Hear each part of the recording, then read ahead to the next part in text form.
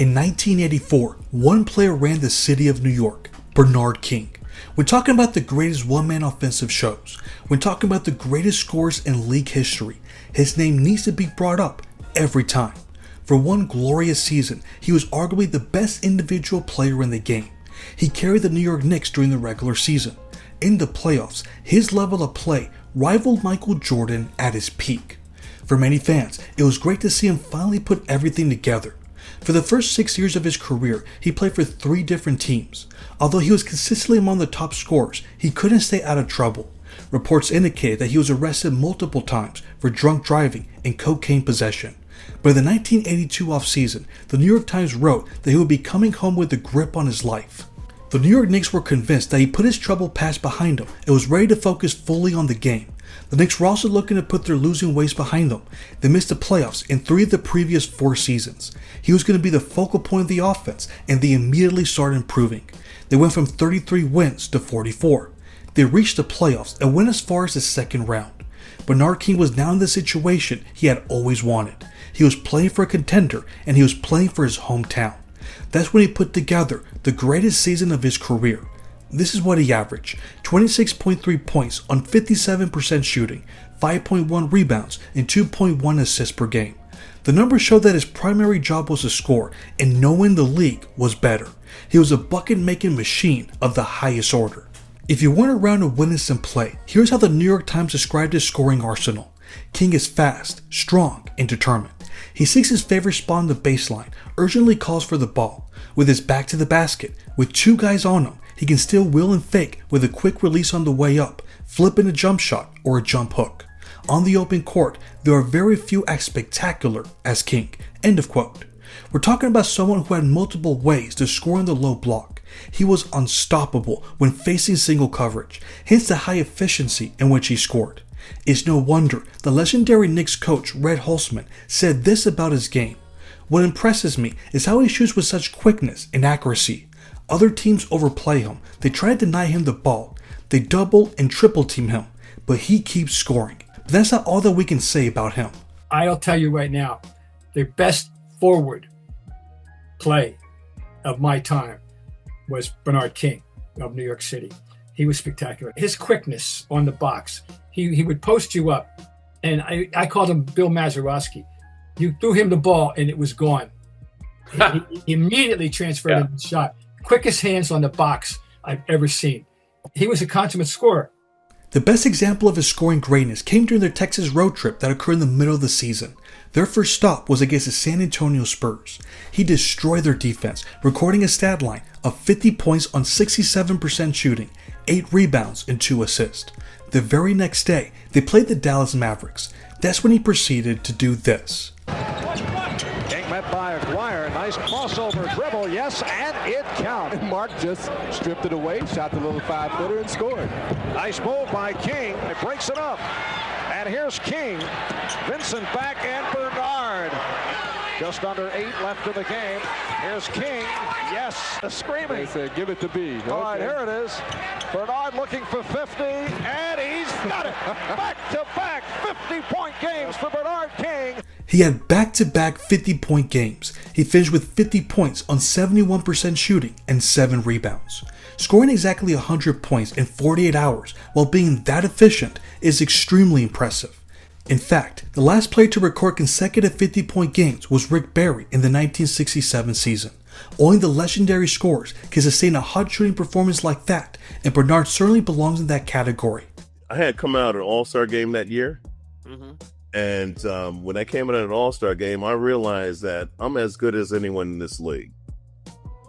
And we entered the season, second half of the season, and I wound up scoring back-to-back 50 on Friday and Saturday night. And after those 2 games, I decided that I'm the damn best player in this league. That's what I decided.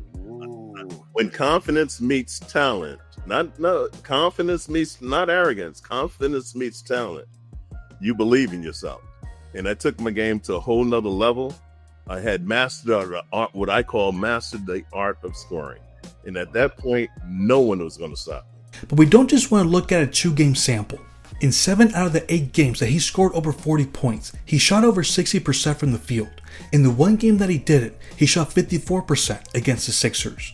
There was even a game against the Chicago Bulls where he scored 31 points while going a perfect 11 of 11 from the field. The Knicks needed that kind of production from him to be successful, and he always delivered. Their biggest strength was their defense. They ranked first in defensive rating and third in opponents' points per game. They had a tough front line with Bill Cartwright and Truck Robinson. The second leading scorer was also Bill. He was an all-star caliber player before injuries took away his prime years. He had a sweet turnaround jumper and was proficient from the mid-range. During this time, having Mr. Bill as one of your primary scorers was certainly not a bad thing. They also had one of the league's strongest second units that brought a lot of pressure by utilizing the trap defense in order to create instant offense. Everyone knew their roles, everyone worked tirelessly on the defensive end, and they let the King of New York handle all the scoring. It's not exactly a championship formula, but they were able to make it work. They won 47 games, which was the 5th best record in the East. He was selected to the All-NBA first team and finished second in MVP voting. During his prime, this is how highly he was regarded. He was considered a legitimate MVP candidate. It was great to see him reach his potential in the regular season, but could he carry his team in the playoffs? Their first round opponent was the Detroit Pistons. This was the pre-Bad Boys era. They were known for their offense. They were led by the league's most explosive point guard, Isaiah Thomas. They finished first in offensive rating and third in points per game. Players like Kelly Tripucka, John Long, Vinnie Johnson, and Bill Laimbeer contributed to their high-powered offense. It was a battle between the best offense versus the best defense. Could Bernard King score enough to keep up with them? This was when he reached a level of offense that we haven't seen in the playoffs since Michael Jordan. Trust me, I'm not gaslighting. For the series, he averaged 42.6 points per game on 60% shooting, along with 8 rebounds and 2.6 assists. Only one other time, a player's averaged over 40 points per game while shooting over 60% for a playoff series. That was Michael Jordan in the 1992 first round series against the Miami Heat. This was GOAT level. From games 2 to 5, he scored over 40 points. The Pistons had no answers for him. That was especially the case in game 3. The 6'7" small forward was putting up numbers that would make Shaquille O'Neal proud. He had 46 points on 70% shooting, 10 rebounds, and 4 assists. In the first quarter, he scored 23 consecutive points for his team, which is still a playoff record. This was the only way the Knicks could make this a competitive series. Somehow, he delivered. They were able to force a Game 5, but things weren't looking good for Bernard. It was reported that he was playing through the flu and a dislocated middle finger. Despite all of that, he continued asserting his will on the Pistons' defense. For the last 10 minutes of game action, he scored half of New York's points. You could tell from watching the game that he was hurting badly, but he played through the pain. He led his team, and it seemed like they were going to pull out the upset. That's when Isaiah Thomas decided that he had seen enough. He had his own personal comeback. He scored 16 points in the last 91 seconds. That includes this three-pointer with 23 seconds remaining that forced overtime. The Pontiac Silverdome was rocking, and the Pistons now had momentum. But in the extra period, Bernard King was just too much. They made enough stops in the end, and they completed the upset. Bernard finished with the impressive stat line of 44 points on 65% shooting and 12 rebounds. It was a result that many weren't expecting. If they were doubted in this series, you can imagine what people were saying about their odds in the semifinals. Their opponent was the Boston Celtics. They won 62 games and were led by the MVP, Larry Bird.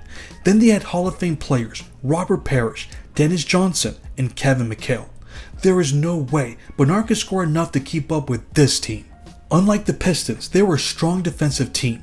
They finished third in defensive rating and fourth in opponents' points per game. Everyone predicted a quick series. After losing games 1 and 2 by double digits, it seemed like the most likely outcome.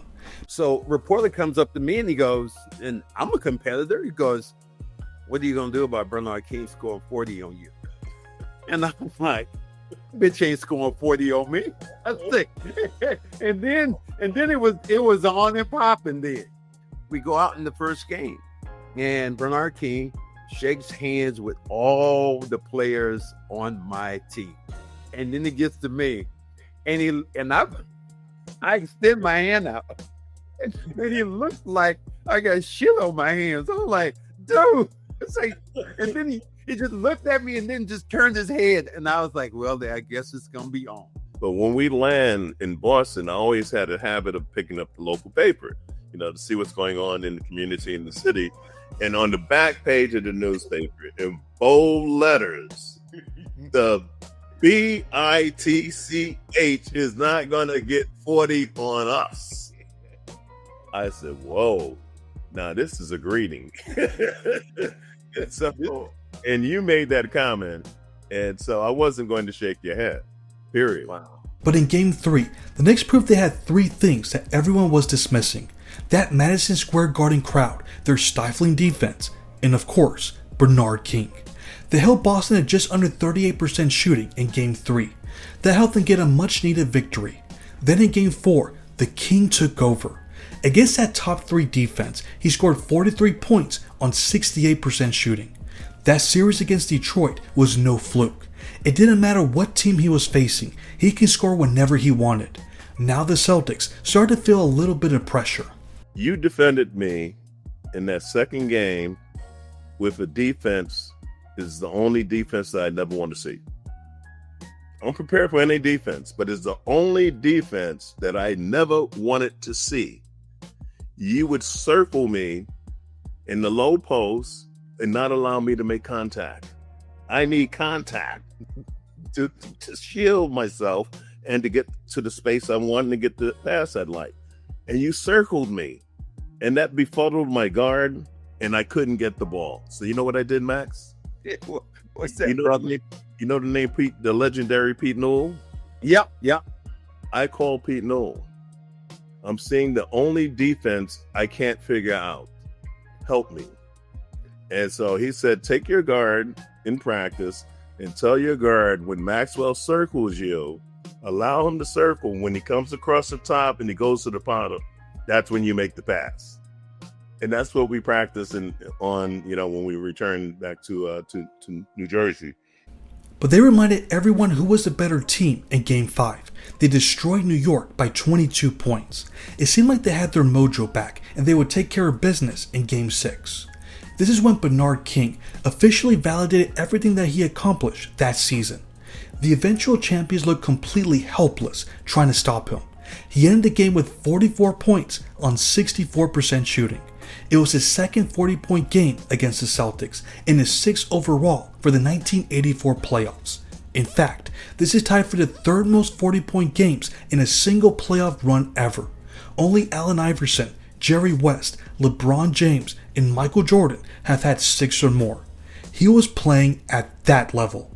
No one expected the Knicks to force a Game 7 against that team. They overachieved, and it was mostly thanks to Bernard King. But expecting him to dominate the Celtics like that in the Boston Garden in Game 7 was virtually impossible. They were going to put all their attention on stopping him. He was limited to 24 points on 8 of 17 shooting. Then there was Larry Bird, who played like the MVP. He was 1 point away from recording a 40-point triple-double. He had 39 points on 54% shooting, 12 rebounds, 10 assists, and 3 steals. There's no doubt that the better team won. However, the Knicks had plenty of reasons to be hopeful. They finally found their next franchise player, and they now knew exactly what he was capable of. In the following season, he won the scoring title and even produced that legendary 60-point game on Christmas Day. Unfortunately, he suffered multiple serious injuries from that season onward. His prime was completely robbed from us. If you want to know what his ceiling was, check out what happened towards the end of the 1984 season. There was a players' poll conducted by Sporting News asking who was the best player in the world. The player chosen the most was Bernard King. After seeing how he performed in the 1984 playoffs, you can't blame them for feeling that way. I finally supplanted Dr. J on the first team as an all-pro. So it was Larry and myself on the first team. So, and the players in the league, probably not you, I have to say it, voted me most valuable player. The peers of the league voted me most valuable player, and Larry won the MVP, on the press side. But I think who knows better, the players or the press? I'll leave it at that. Although we never saw what could have been, The 1984 season is always a reminder of how historically great he was. But what about you all? What do you remember the most from this season? What do you think he could have accomplished if it weren't for injuries? Let me know in the comments. Thanks for watching.